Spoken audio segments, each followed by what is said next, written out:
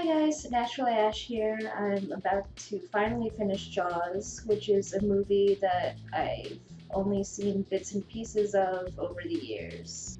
So the reason why I haven't seen much of the movie is because I would catch it on TV right in the middle or maybe at the end of it, and I knew in the movie that there was, this scary shark that eats everybody, but every time I would watch it on TV, it was just these scruffy looking guys talking, and it was really boring for teenage me, so I never really gave the movie a chance.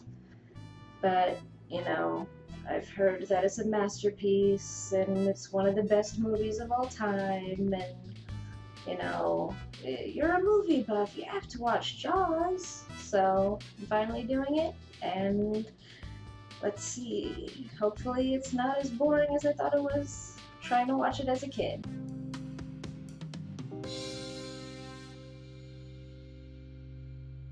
So I finally finished Jaws the other day, and I thought it was okay. There are definitely a lot of great parts of the movie, but overall, it was okay. There are other better Steven Spielberg movies, I think.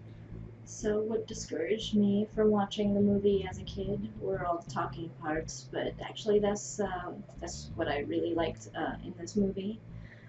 Especially the tension in the beach scene where the dog and the kid get eaten. The tension is amazing, and the camera work is awesome. I could watch just that scene over and over again. I think young Richard Dreyfuss is really cute. He was probably one of my favorite characters in the movie. He's really smart and funny and sarcastic. Um, Also a little foppish, but maybe I just got that feeling in the scenes where he has with Quint, and Quint is just comparatively just full of testosterone and alcohol. So maybe in contrast, that's why I found the Dreyfus a little foppish at times. So the second half of the movie, where they're on the boat trying to find the shark and kill the shark, that was actually was a little bit boring. I thought a little, and it dragged a bit. Um, there were some interesting parts, like Quint's monologue um, is one of the best parts of the movie. Is really intense, and I loved it. But that's really, I would say, the only good part of the second half. It's a little dull and it drags. And I mean, you see the shark a few times, um, and I guess you see more and more of the shark as the movie goes on. But there's not a whole lot that happens. There were two parts of the movie that seemed really out of place.